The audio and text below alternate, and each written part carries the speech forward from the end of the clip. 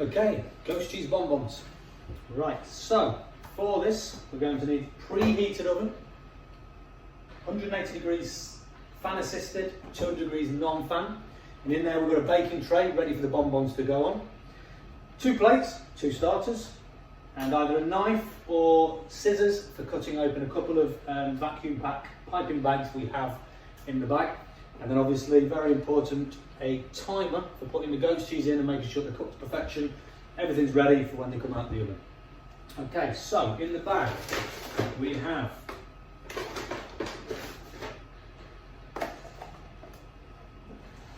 six ghost cheese bonbons. The little piping bags, we've got the walnut ketchup, pickled walnut ketchup.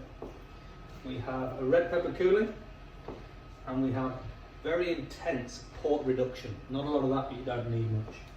And then we also have the honey and rosemary figs,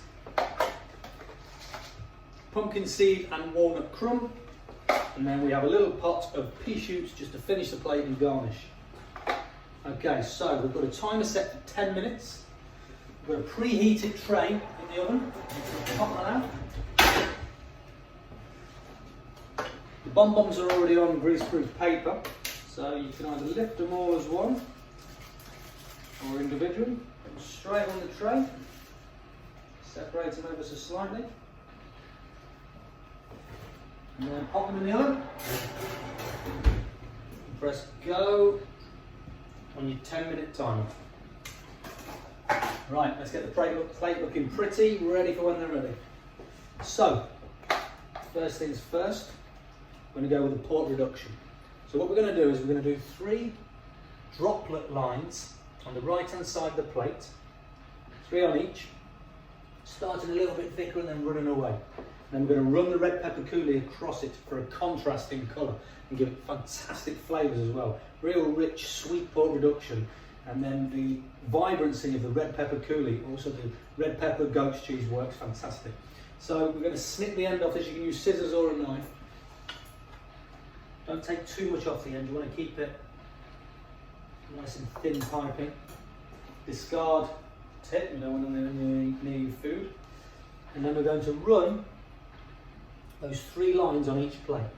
So near the centre and near the top, I'm going to start a bit thicker and run, a bit thicker and run, a bit thicker and run. So we've got 3 droplets. And then on the same on the other plate, a bit thicker and run, a bit thicker and run, a bit thicker and run. Okay? Fantastic. Next to that, we're going to do the red pepper coulis. So same, again, we're just going to snip the end of it off. Discard it. Then we're going to run this in the opposite direction to the port reduction. Nice and fast. It doesn't have to be precise. A little bit messy, a little bit like throw it on the plate a little bit. Not ridiculous, but keep it within the rounds. But it doesn't have to be spot on. It's just the colour contrast you're looking for.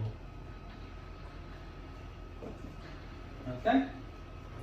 That done, that looks great. Okay, next we'll just sit the marinated figs. So there's 3 per plate.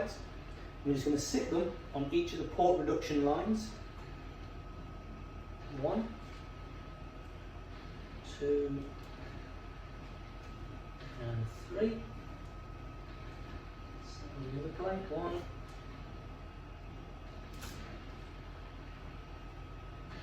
2, 3. Lovely. Right, walnut ketchup, pickled walnut ketchup. This is a beautiful, really good with the ghost cheese. So same again. We can snip a little bit more off because we're going to do 6 droplets, not identical. I'll run you through them, but not as fine as the actual port reduction. So we can take a little bit more off. Discard. So we need 3 drops on the plate just to sit the ghost cheese bonbons on, so they stay where they are.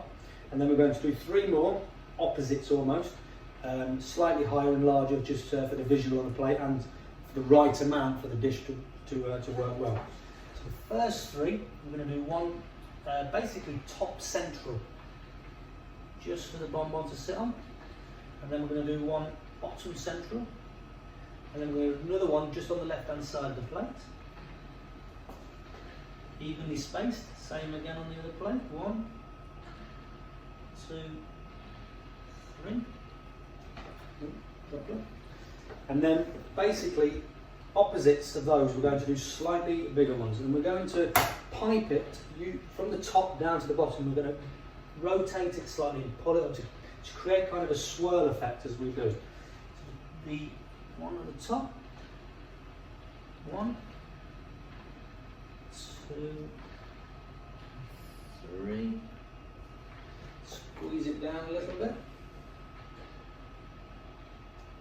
1, 2, 3. Perfect. Next time we're going to put the walnut crumb.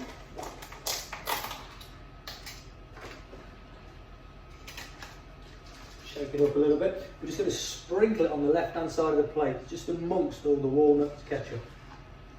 It's quite a lot here, you won't need it all. Make sure you get enough of each one on. And another plate.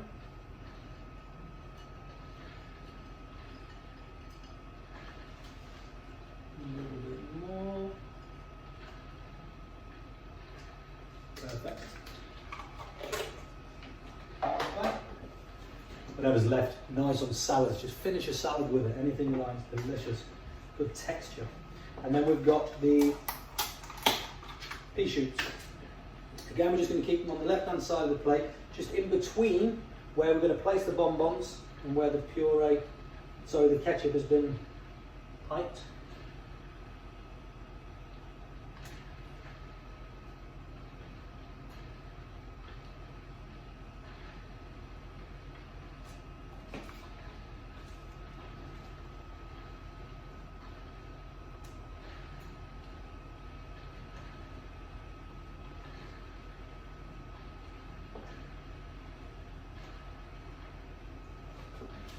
Perfect.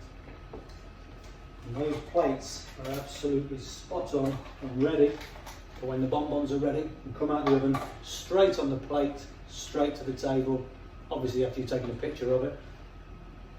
Fit for your starter. Perfect. Okay, 10 seconds left. Goat's cheese is coming out. So basically we'll take it out of the oven, straight on the smaller piping bag drops of the ketchup, and it's good to go. Okay, all done. Look at them. Perfect. So you can either use your fingers or you can use a spoon, scoop it up. I'm okay with my fingers. Just going to put them on the plate in position. Perfect.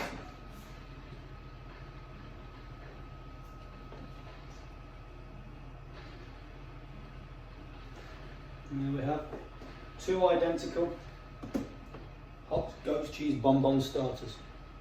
Look fantastic.